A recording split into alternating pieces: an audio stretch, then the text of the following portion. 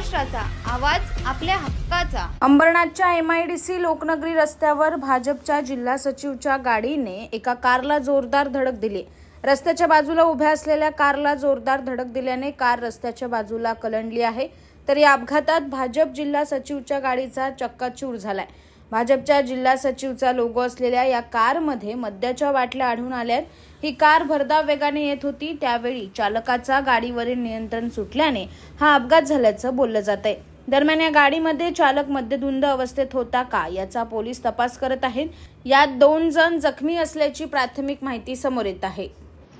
ह्या रहदारीचा हा रस्ता आणि या रहदारीच्या रस्त्यावरती अत्यंत भरधाव वेगानं इर्टिगा गाडीने उभ्या असलेल्या गाडीला त्या ठिकाणी ठोकलं आणि ती गाडी लेफ्ट साईडला नाल्यामध्ये पडली। सुदैवानं त्यामध्ये जीवितहानी झाली नाही, परंतु परत राईट साईडला ह्या इर्टिगा गाडीने डिवायडरला ठोकलं।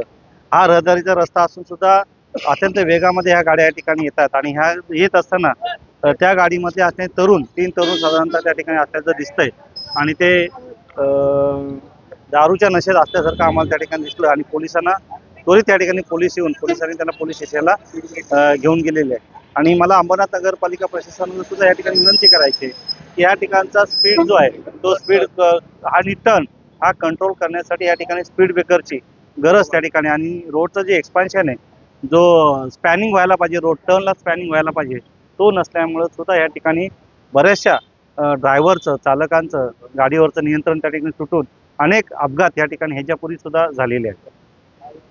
तुमच्या परिसरातील काही घडामोडी किंवा समस्या असतील तर आमच्या वृत्तवाहिनीला संपर्क करा आणि तसेच सतत अपडेट राहण्यासाठी आमच्या वृत्तवाहिनीला सबस्क्राइब करा आणि बेल आयकॉन दाबायला विसरू नका।